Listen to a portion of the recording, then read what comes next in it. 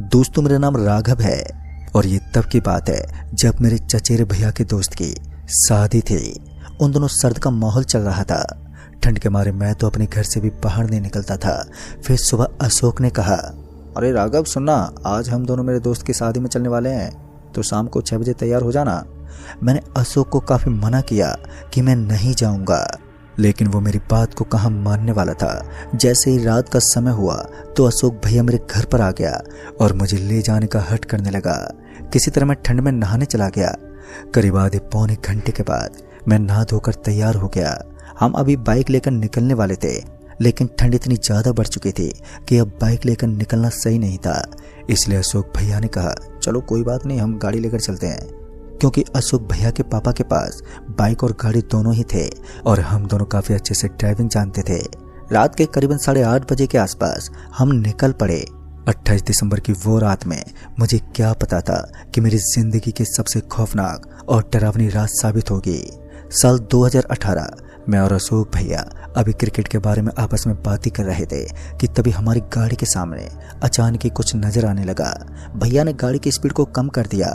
इस वक्त मेरा ध्यान सामने की तरफ नहीं था और मैं भैया की तरफ ही देख रहा था। तो मैंने भैया से कहा, अरे भैया क्या हुआ, गाड़ी की रफ्तार को एकदम से कम क्यों कर दिया? उन्होंने धीरे से कहा, यार मुझे ऐसा लगा कि सड़क पर कोई है, लेकिन यहाँ तो कोई नजर ही नहीं आ रहा है। इस पर मैं हंसते बोला, अरे भैया क्या आपको भी भूत प्रेत दिखते हैं क्या? और वैसे भी इतनी ठंड में भूत प्रेत सड़क पर घूमकर करेंगे क्या? किसी पेड़ के नीचे आराम से सो रहा होगा। इतना बोलकर मैं जोर जोर से हंसने लगा। मुझे नहीं पता था कि कुछ असाधारण चीजों को हमें गलत साबित करना चाहिए। इस वक्त मैं वो कर रहा था जो मुझे करना चाहिए था, यानी कि पैरानॉर्मल एक्टिविटी का मजाक उड़ा रहा था। लेकिन ऐसा करने में भैया ने मेरा भी साथ दिया। उन्होंने कहा, हाँ ये सब तो कहने की बातें होती हैं, ऐसा कुछ नहीं होता, लेकिन बेवजह कोई गाड़ी के नीचे आकर अपनी जान गंवा दे तो उल्टा केस हमारे ऊपर ही आता है। फिर हम दोनों हंसते मुस्कुराते आगे की तरफ बढ़ने लगे। तभी मुझे जोर से टॉयलेट लगा और इसलिए मैंने भैया को गाड़ी साइड में लगाने को कहा। फिर हम एक टोल गेट से ठीक पहले गाड़ी के नीचे उतर गए और टॉयलेट करने के लिए इधर उधर टहलने लगे। करीब 5 मिनट तक हम उस कड़कड़ाती हुई ठंड में टॉयलेट करने के लिए कोई सही जगह ढूंढने लगे, क्योंकि उस हाईवे के पास एक डिवाइडर था और उसके ठीक बगल में एक तारबंदी थी, तो सही जगह नजर नहीं आ रही थी। तभी अशोक भैया एक जगह पर टॉयलेट करने लगे। जैसे वो टॉयलेट करके वापस लौटे तो फिर मैं भी टॉयलेट करने के बाद उनके पीछे चल दिया और फिर हम दोनों वहां से निकल पड़े। अभी तक तो सब कुछ नॉर्मल चल रहा था, लेकिन उसके बाद जैसे ही हम गाड़ी के अंदर बैठे तो हमें ऐसा लग रहा था मानो हम दोनों के अलावा भी गाड़ी के अंदर कोई है जो तिरछी नजरों से हमें देख रहा है। और इस चीज का एहसास सिर्फ मुझे नहीं हो रहा था, बल्कि मेरे साथ बैठे भैया इसी अनुभव को महसूस कर पा रहे थे। हम दोनों इस बारे में बात कर रहे थे। फिर हमने सोचा कि शायद दूसरी जगह पर आने की वजह से हम ऐसा महसूस कर पा रहे हैं। और कुछ दूर आगे चलने के बाद हमारी गाड़ी ने धीरे धीरे रफ्तार पकड़ना शुरू कर दिया। जहां हमें शादी अटेंड करनी थी वो जगह अभी भी यहाँ से काफी दूर थी और वहां तक पहुंचते पहुंचते अभी भी हमें टाइम लगने वाला था। इसलिए मैं और भैया गाड़ी में रखे हुए कुरकुरे खाने लगे। फिर उसके बाद हमारी गाड़ी उस NH34 को काटते हुए आगे की तरफ बढ़ने लगी। उसके बाद हम शादी में पहुंचे। जैसे हम लोग उस शादी में पहुंचे तब तक हमारी हालत काफी हद तक बिगड़ गई थी, क्योंकि अब तक मेरा पूरा बदन ठंड से कांप रहा था। दूसरी तरफ मन में एक अजीब सी बेचैनी बनी हुई थी, जैसे हमारे साथ कुछ होने वाला है या फिर हमारे साथ कुछ गलत हुआ है। इसी बीच मेरे भैया की मुलाकात अपने दोस्त से हुई जिसकी आज शादी थी। बातें करते हुए मेरे भैया के दोस्त ने कहा, अरे भाई सब ठीक तो है ना, इस तरह मुरझाए हुए क्यों हो? भैया अपने दोस्त की बात सुनकर बोले, अरे नहीं ऐसा कुछ नहीं है, बस शायद थोड़ी थकावट हो गई है, लेकिन आज से पहले ऐसा कभी महसूस नहीं हुआ। इतना कहकर हम टेंट में चले गए। यानी कि मुझे जैसा महसूस हो रहा था ठीक वैसे भैया को भी फील हो रहा था। लेकिन हमने ऐसा क्या किया था जो हम दोनों को ही एक अजीब सी बेचैनी हो रही थी। लेकिन वहाँ कुछ देर तक घूमने के बाद हमारा शरीर नॉर्मल हो गया और हम काफ़ी एंजॉय करने के बाद अब वापस घर की तरफ निकलने वाले थे। बीच में भैया के दोस्त ने हमें रोकते हुए कहा, अरे भाई आज ही जाने की क्या ज़रूरत है, कल चले जाना। लेकिन भैया कहाँ उसकी बात मानने वाले थे। बीच में उसके दोस्त ने यह भी कहा, देखो रास्ता भी थोड़ा ठीक नहीं है तो आराम से रुको और कल चले जाना। लेकिन हमने उसकी बात नहीं मानी और उसके बाद तुरंत ही वहां से निकल पड़े, क्योंकि हमें किसी दूसरी जगह पर रहने का मन नहीं करता। गाड़ी स्टार्ट की और फिर हम दोनों वहां से निकल पड़े। मुझे ठीक से तो याद नहीं है, लेकिन शायद उस वक्त 12:30 के लमसम हो रहे थे जब हम शादी के टेंट से निकले थे। आते समय अशोक भैया ने गाड़ी ड्राइव की थी, तो अब उनके चेहरे पर थकावट हो गई थी। तो मैंने सोचा कि उनके थकावट को दूर करके मैं ही गाड़ी को ड्राइव कर लेता हूँ। और उसके बाद गाड़ी हाईवे पर चढ़ी और फिर हम तुरंत ही निकल गए। गाड़ी के अंदर म्यूजिक काफ़ी तेज गति से बज रहा था। तभी हमारी गाड़ी में एक अजीब सी बू आने लगी।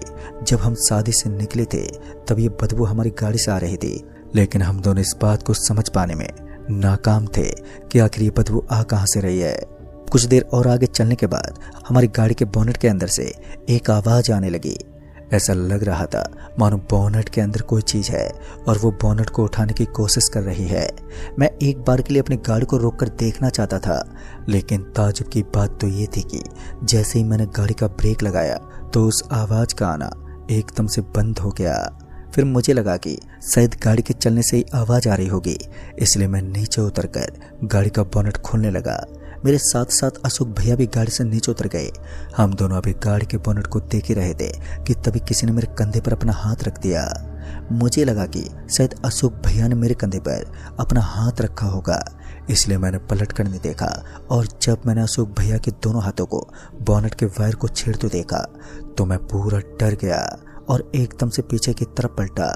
जैसे ही मैंने पीछे पलट कर देखा तो मुझे वहां कोई भी नजर नहीं आया और इस बात ने मुझे और भी ज्यादा डरा दिया था और अब मेरा पूरा शरीर कांप रहा था। अशोक भैया ने जब मेरा उतरा हुआ चेहरा देखा तो उन्होंने कहा, अरे राघव क्या हुआ, तुम इस तरह का रिएक्शन क्यों कर रहे हो? मैं डरते हुए अशोक भैया से कहने लगा, वो भैया मुझे ऐसा लगा कि किसी ने मेरे कंधे को छुआ है। अभी मैंने इतना कहा ही था कि अशोक भैया ने कहा, अरे कुछ नहीं, ऐसे सुनसान रास्तों पर इस तरह का वहम होना कोई बड़ी बात नहीं है। जब हम किसी अनजानी जगह पर जाते हैं तो हम ऐसी चीज़ों को महसूस कर ही लेते हैं। इतना कहकर उन्होंने मुझे खामोश कर दिया और फिर हम दोनों वापस से गाड़ी में बैठ गए। गाड़ी अब वापस वहाँ से निकल पड़ी। हम दोनों को इतना तो पता चल गया था कि गाड़ी के अंदर कोई खराबी है, क्योंकि जैसे हम गाड़ी का हल्का सा ब्रेक लगाते तो गाड़ी के अंदर से एक आवाज़ आती और उस आवाज़ से ही पता चल पाता कि जरूर गाड़ी में कुछ गड़बड़ चल रही है। लेकिन हम उस गड़बड़ को पकड़ नहीं पाए। फिर हमने सोचा कि आगे की तरफ चलते हैं, जो होगा देखा जाएगा। गाड़ी तो अभी भी मैं ही चला रहा था और उन दोनों मुझे गाड़ी को भगाने का कुछ ज़्यादा ही शौक था। वो क्या था कि अभी मैं एक नया ड्राइवर बना था तो शौक मेरे सर पर ही सवार रहता। तभी एक गाड़ी हमें क्रॉस करते हुए आगे निकल गई। उस गाड़ी की स्पीड काफ़ी ज़्यादा थी। तभी मेरे मन में भी होड़ का उतावलापन बढ़ गया और मैंने गाड़ी को स्पीड से भगाना शुरू कर दिया। लेकिन वो गाड़ी कुछ ही पलों में मेरी आंखों से ओझल हो गई और उस सुनसान पड़ी सड़क पर उस गाड़ी की ब्रेक लाइट भी अब नजर नहीं आ रही थी। ऐसे में मैंने गाड़ी की स्पीड को फिर से धीमा कर लिया। धीरे धीरे हम लोग उस टारगेट के पास पहुंचने लगे जहां आते वक्त हमने एक टोल गेट देखा था और उस टोल गेट के पास कोई भी कर्मचारी काम नहीं कर रहा था। आते वक्त भी हमारी रसीद किसी ने नहीं काटी थी और न ही गाड़ी के आगे लगी चिप पर कुछ असर हुआ था और न ही वहां के बोर्ड वगैरह ठीक से काम कर रहे थे। इसलिए मुझे उस टोल गेट की एक झलक याद आ गई। अभी मैं गाड़ी को आगे बढ़ाते हुए उस टोल गेट के एकदम करीब पहुंच गया। जैसे ही मेरी गाड़ी वहां पर पहुंची तो मुझे कोई आदमी दिखा जो हमारी गाड़ी के सामने हाथ दिखा रहा था। उस समय गाड़ी की स्पीड ठीक ठाक थी तो गाड़ी मुझसे कंट्रोल नहीं हुई और सामने वाले पाइप से टकराते हुए आगे चली गई। मेरे दिल की धड़कन एकदम से तेज हो गई थी। अशोक भैया भी हल्की नींद में थे तो उन्होंने जब धमाका सुना तो वो भी जल्दी से उठ गए और हड़बड़ाते हुए इधर उधर देखने लगे।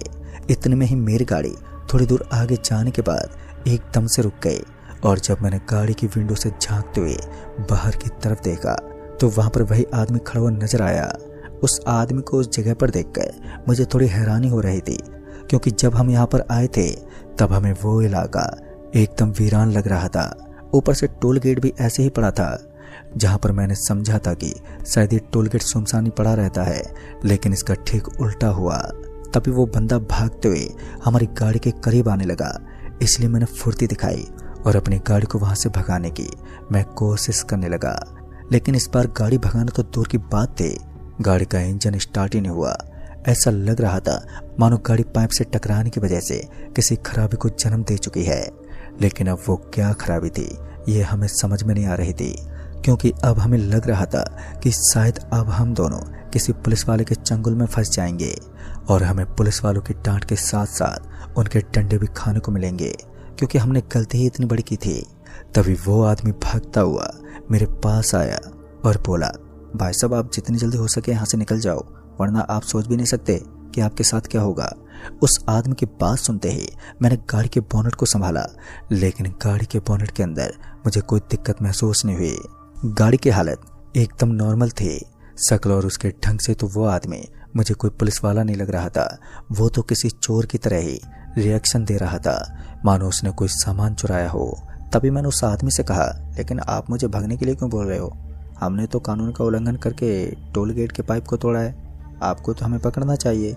उस आदमी ने कहा, बकवास मत कीजिए, जितना जल्दी हो सके अपनी जान बचाकर यहाँ से भाग जाइए, वरना वो आएगा और आपने तो बहुत बड़ी गलती की है। मुझे उस आदमी की बातें बहुत ही ज़्यादा अजीब लग रही थी। उसके कहने का और उसके बतलाने का तरीका बहुत ही डरावना लग रहा था। फिर मैंने उस आदमी से पूछा, लेकिन भाई साहब आप किसकी बात कर रहे हैं, ये तो बताओ। मैंने इतना कहा ही था कि तभी वहाँ एक घंटे की आवाज़ आने लगी। ऐसा लग रहा था मानो कोई मंदिर में घंटी बजा रहा है। ये घंटी आवाज़ इतनी ज़्यादा तेज़ थी कि मेरे कान में दर्द होने लगा और फिर मुझे एहसास हुआ कि मेरे कान से ब्लड निकल रहा है, जिस वजह से मेरे कान ब्लड से सन गए। अभी मैं अपने कान को संभाल ही रहा था कि तभी अशोक भैया ने कहा, वो कौन है? अशोक भैया की हिचकिचाती आवाज़ को सुनकर मुझे यकीन हो गया था कि यहाँ कुछ तो अजीब है। फिर अशोक भैया ने मेरा हाथ पकड़ा और मुझे गाड़ी में बैठने को कहा। मैं अशोक भैया के पीछे पीछे गाड़ी में जाने लगा। तभी वो घंटी की आवाज़ और भी तेज होने लगी। दरअसल वो आवाज़ इतनी ज़्यादा तेज हो गई थी कि अब बर्दाश्त से बाहर हो रही थी और इस कारण मैं जोर से चिल्लाने लगा। तभी हमारी गाड़ी के अंदर टॉयलेट की बदबू आने लगी और ये बदबू इतनी ज़्यादा गंदी थी कि मुझे उबाकियाँ उठने लगी, जैसे मुझे अभी उल्टी होने वाली है। अशोक भैया मुझे गाड़ी में लेकर तो आए थे, लेकिन तभी मैं गाड़ी से भी नीचे उतर गया। लेकिन गाड़ी से नीचे उतरता हूँ तो मुझे वो घंटी की तेज आवाज़ सुनाई देती है और जब गाड़ी में बैठता हूँ तो वो उल्टी करा देने वाली भयानक सी बदबू मुझे आने लगती है। इससे पहले कि हम कुछ और कर पाते कि अचानक वो आदमी चिल्लाते बोला, मैंने तुम्हें कहा था यहाँ से भाग जाओ, लेकिन तुम दोनों ने मेरी बात नहीं मानी ना। अब तुम्हें उससे सामना करना पड़ेगा जो तुम्हारे लिए बहुत घातक है। मैं भी उस आदमी से हकलाते बोला, अबे तू किसकी बात कर रहा है और ये सब क्या हो रहा है, हमें कुछ भी समझ नहीं आ रहा। फिर वो आदमी बोला, अब जो होगा वो तुम्हारी सोच से भी परे होगा। अशोक भैया अभी भी गाड़ी में बैठे थे। मुझे काफ़ी हैरानी हो रही थी कि इतनी भयानक बदबू आने के बाद भी वो गाड़ी में कैसे बैठ सकते हैं। तभी वो घंटी की आवाज़ आना बंद हो गई और जैसे उस आवाज़ का आना बंद हुआ तो वैसे मेरे कान को सुकून मिला। लेकिन दूसरे पल मैंने एक ऐसा दहशत भरा चेहरा देखा जिसे देखकर हर किसी की रातों की नींद हराम हो जाए। मेरे सामने एक झुलसे हुए चेहरे का आदमी खड़ा था। उसका चेहरा तो झुलसा हुआ था, साथ ही उसके हाथ पैर भी कटे हुए थे। उसका आधा शरीर हवा में उड़ रहा था। तभी अशोक भैया डरते हकलाते गाड़ी से बाहर निकले और जब मैंने उनकी तरफ देखा तो उनके पीछे भी ठीक इसी तरह का एक आदमी लगा हुआ था जो उनका पीछा कर रहा था। मैं भी अशोक भैया की तरह उनके पीछे पीछे भागने लगा और हम दोनों उस टोल गेट की तरफ भागने लगे। लेकिन उस टोल गेट के पास हमें कोई भी आदमी नजर नहीं आ रहा था। हमें समझ में नहीं आया कि कुछ देर पहले दिखाई देने वाला वो आदमी एकदम अचानक से कहाँ गायब हो गया। मैं और अशोक भैया भी इसी सोच में डूबे हुए थे कि जब हमने पीछे पलट कर देखा तो हमने पाया कि वो भूख से तड़पते शैतान अभी भी हमारा पीछा कर रहे थे। उनके शरीर पर सफ़ेद लिबास था। वो किसी लंबे चौड़े इंसान की तरह दिख रहे थे। मैंने ये बात पहले सुनी थी कि किसी भी शहीद इंसान के पूरे बदन पर सफ़ेद लिबास का कपड़ा लपेटा जाता है, यानी कि ये दोनों कोई शहीद थे और हमारी कोई बड़ी भूल हुई थी।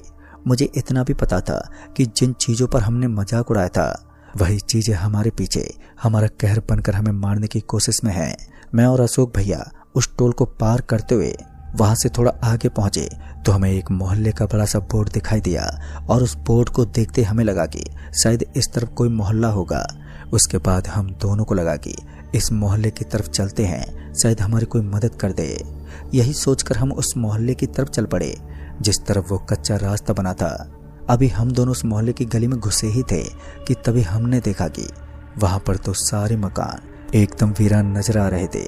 एक आदमी तो छोड़ो, कोई परिंदा भी नहीं था। और तभी अशोक भैया ने मुझे अपने हाथ से इशारा करते हुए कहा, राघव वो वहाँ कुछ दिखाई दे रहा है। जब मैंने उस तरफ देखा तो वहाँ कोई बड़ी सी हवेली टाइप में नजर आ रही थी, लेकिन इस समय हमें हर कदम सोच समझ कर उठाना था। इसलिए मैंने अपने भैया से कहा, अरे नहीं भैया, पहले से वो हवेली वीरान पड़ी है, अगर हम किसी बड़े खतरे में फंस गए तो हमें कोई नहीं बचा पाएगा। अशोक भैया ने कहा, देखो राघव, अब हमारे पीछे कोई आत्मा नहीं है, हमें किसी सही जगह पर जाना चाहिए ताकि आज रात आसानी से कट जाए, और ठंड भी बहुत ज़्यादा बढ़ गई है। भैया की बात भी कहीं ना कहीं ठीक ही थी, क्योंकि इतनी ज़्यादा ठंड हो गई थी, क्योंकि अब तो हाथ पैर भी जमने लगे थे। उस हवेली के अलावा भी वहाँ काफ़ी सारे मकान थे, लेकिन वो सभी वीरान लग रहे थे।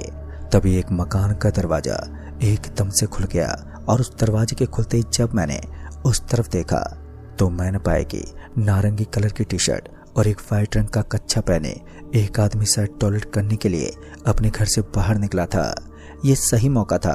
हम दोनों जल्दी से भागते हुए उस आदमी के पास चले गए। फिर हम उसके सामने गिड़गिड़ाते हुए बोले, भाई साहब हमारी मदद कर दीजिए, हम दोनों बुरी तरह फंसे हुए हैं। हम उस आदमी के सामने कुछ इस तरह हाथ जोड़ रहे थे कि उसे भी 1 मिनट में ही समझ में आ गया कि हमने कुछ तो गलत किया है। तभी उस आदमी ने कहा, मुझे लगता है तुम दोनों ने उस टोल गेट के पास टॉयलेट करने की कोशिश की होगी, या फिर तुमने टॉयलेट किया होगा। पहले तो मुझे इस बात के बारे में कुछ मालूम नहीं था, लेकिन फिर याद आया कि आते समय मैंने उस टोल गेट के पास टॉयलेट किया था, और मेरे साथ अशोक भैया ने भी वहीं पर टॉयलेट किया था। इसलिए मैंने अपनी मुंडी को हिलाया। फिर उस आदमी ने बताया कि वहाँ पर टॉयलेट करना सख्त मना है, और वहाँ पर एक बोर्ड भी लगा हुआ है जिस पर साफ शब्दों में लिखा गया है कि यहाँ पर कभी टॉयलेट मत करना। फिर मैंने उस आदमी से कहा, लेकिन वहाँ ऐसा क्या है जो कोई टॉयलेट नहीं कर सकता। इस पर उस आदमी ने कहा, वहाँ किसी मुर्दे को दफनाया गया है करीब 72 साल पहले। दोस्तों, उस आदमी ने इतना कहा ही था कि अचानक ही बहुत जोर की हवाएं चलने लगी, और एकदम से ही पूरा मौसम बिगड़ गया। आसमान में बादल गरजने लगे। फिर उस आदमी ने हम दोनों को जल्दी से अपने घर में भागने को कहा। हम उस आदमी के पीछे पीछे उसके घर में घुस गए, और जैसे हम उस आदमी के घर में पहुंचे तो उस आदमी ने कहा, अब उस शहीद की आत्मा बहुत ही भयानक रूप ले चुकी है, आज की रात आपको यहीं पर ठहरना होगा।